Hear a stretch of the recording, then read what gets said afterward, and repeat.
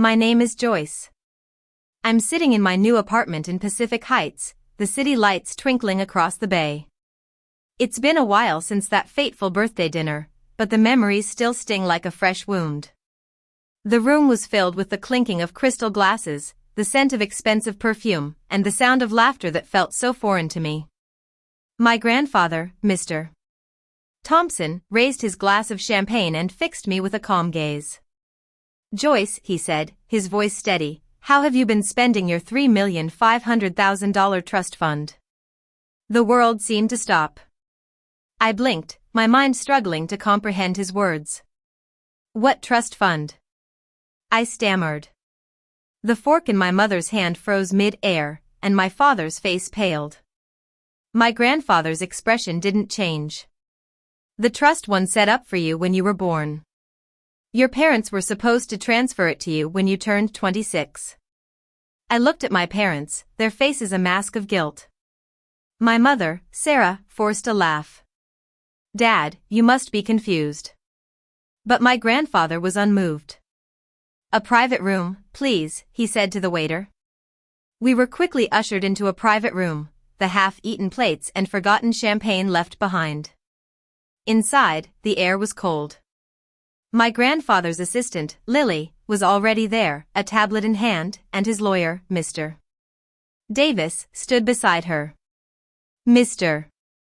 Davis opened a folder and slid a stack of papers across the table. "Miss Thompson, this is the trust account in your name.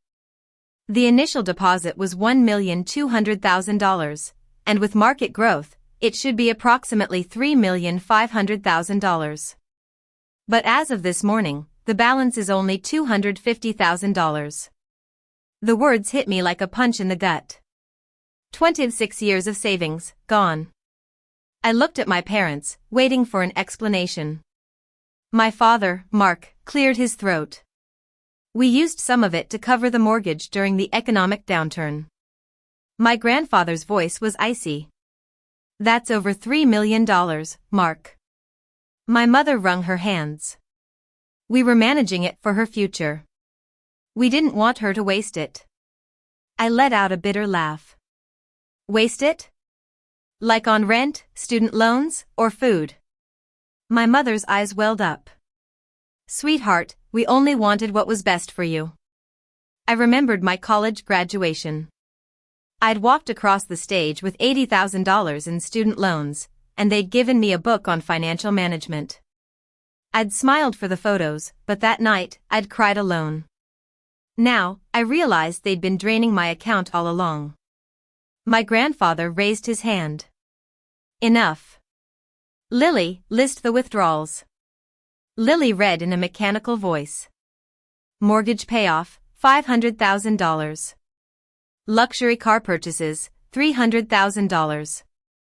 Home renovation, $350,000.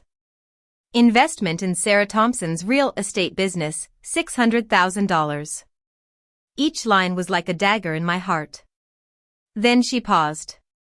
Purchase of a beach house in Santa Barbara, $1,750,000, registered under Mark and Sarah Thompson. I stared at them in disbelief. A beach house. My father tried to justify it. It was an investment. My grandfather said quietly, it was theft. From your own daughter. Silence filled the room. Finally, my grandfather demanded, "Give me the keys." My mother's hand trembled as she reached into her purse and pulled out a key ring. She placed it on the table, and my grandfather slid it towards me. "These are yours, a year late." The keys were warm from her palm. I held them, feeling a mix of anger and sadness. My mother started to cry. "Please, Dad, don't do this.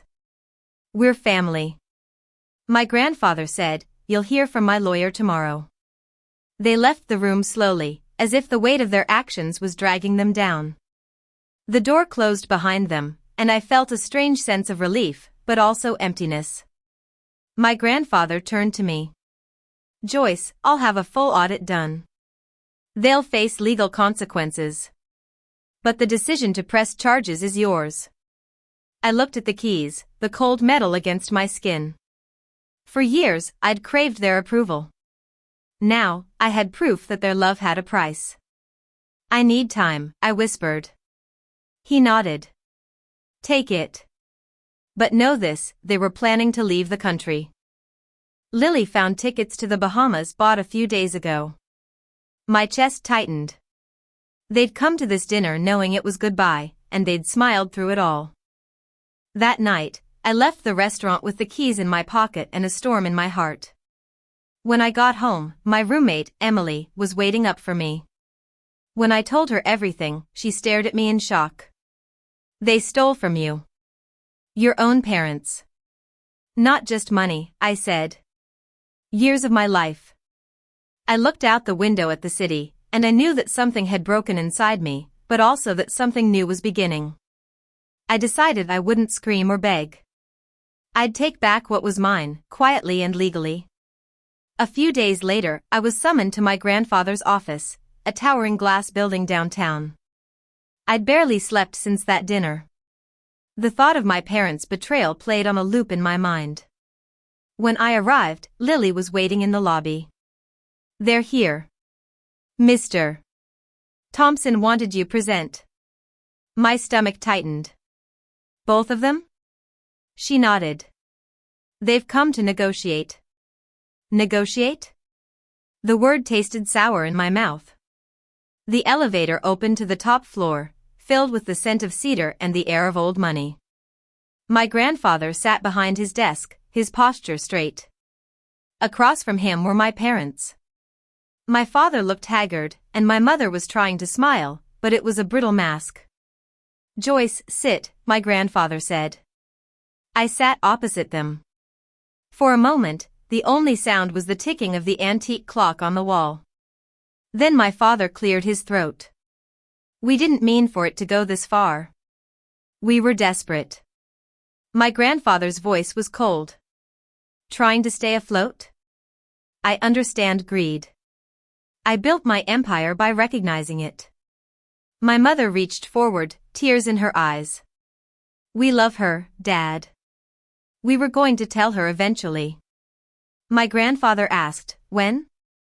After we sold the Santa Barbara house, she replied. Mr. Davis stepped forward and placed a stack of bank statements on the desk. The forensic audit is complete. We've traced every transaction and recovered approximately $2,200,000 through asset seizures and forced sales. My father rubbed his temples. 2 million? We. Mr. Davis interrupted sharply. You didn't recover it. We did, through the law. Lily handed me a folder. Inside were photos of my parents' purchases, the beach house, luxury cars, expensive jewelry, and cruise bookings, all paid for with my money. You should know what they valued more than you, she said softly. I swallowed hard. This is enough to press criminal charges, isn't it? Mr. Davis nodded. Felony financial fraud and breach of fiduciary duty. Up to 10 years in prison. My mother gasped. Joyce, you wouldn't, please. I looked at her, my eyes cold. I didn't do this. You did. My father leaned forward. We made mistakes, but prison? We're your parents. I said quietly, parents protect. They don't pillage. My grandfather turned to me. It's your choice, sweetheart. I thought of all the years of silent dinners, the student loans I'd paid off with hard work and sacrifice, the birthdays where they'd sent flowers but not love. I met my mother's eyes. You left me with nothing. Now you have exactly that. My mother's shoulders slumped, and my father looked away, his jaw clenched. My grandfather nodded to Mr. Davis. Filed the necessary motions. My mother reached across the table, her voice shaking. Dad, please, she's your granddaughter. My grandfather said, you are my daughter, but there's a difference between blood and character. She began to sob, not for me, but for everything she was losing. As the lawyers finalized the papers, I walked to the window and pressed my hand against the glass. The cold helped me focus. For the first time in a long time, I felt strong. Behind me, I heard my grandfather say, "Keys and deeds, accounts all transferred back to Joyce, effective immediately." Lily handed me an envelope. "These are your property documents. This apartment in Pacific Heights is fully under your name now." I nodded. "Thank you." My mother whispered, "You'll regret this." I looked at her. "No, for once, I won't." They left soon after, escorted out by security. The door closed, and the silence that followed was a relief. My grandfather walked over to me. "You did the right thing." "I don't feel good," I admitted. "Justice rarely feels good," he said, "but it's necessary." "You're not alone, Joyce. You never were." That night, I went to see the apartment. The doorman recognized my name right away. "Mr. Thompson said you'd be coming." When I unlocked the door, the smell of expensive candles hit me. The place was furnished with neutral tones, marble counters, and a coffee table book on modern art. It was a stranger's life, bought with my money. I walked through the rooms, my fingers brushing the walls. On the counter, I found a lease folder with tenants' names and rent deposits. My parents had been making money off my property for years. I sank onto the couch and let out a laugh that turned into tears. It wasn't grief, it was release. Emily arrived 20 minutes later with takeout. "You're really here," she said, her eyes wide. "I'm home," I said. She looked around and smiled. "So, how does Justice feel?" "Quiet," I said, "and heavier than I thought." We ate on the floor, the cartons spread out like old times. Through the window, the bay sparkled with city lights. The keys on the counter were a reminder of everything that had been stolen and everything I'd taken back. Before bed, I texted my grandfather, "Moved in. Thank you for fighting when I couldn't." His reply came quickly, "You always could, Joyce. You just needed proof." I stared at the message until the screen dimmed. Proof of what they'd done and who I'd become. As the months passed, I settled into my new life. The investigation moved quickly. My parents' assets were liquidated, and the money was returned to my account. They moved into a small motel on the outskirts of the city. My grandfather told me they were paying restitution, $600 a month, court ordered.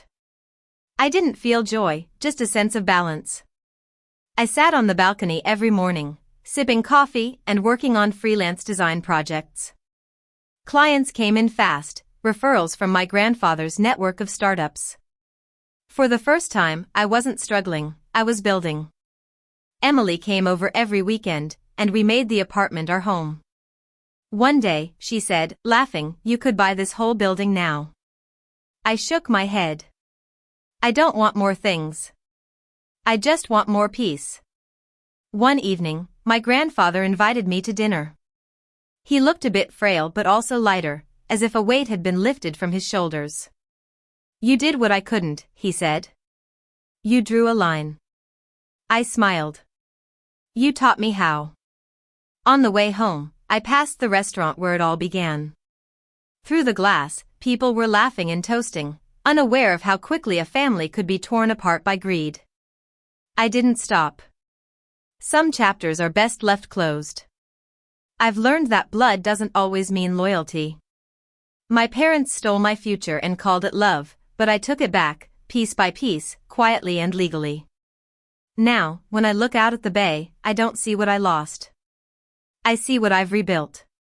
If you've ever been betrayed by those you trusted, remember, you can start over, stronger than before.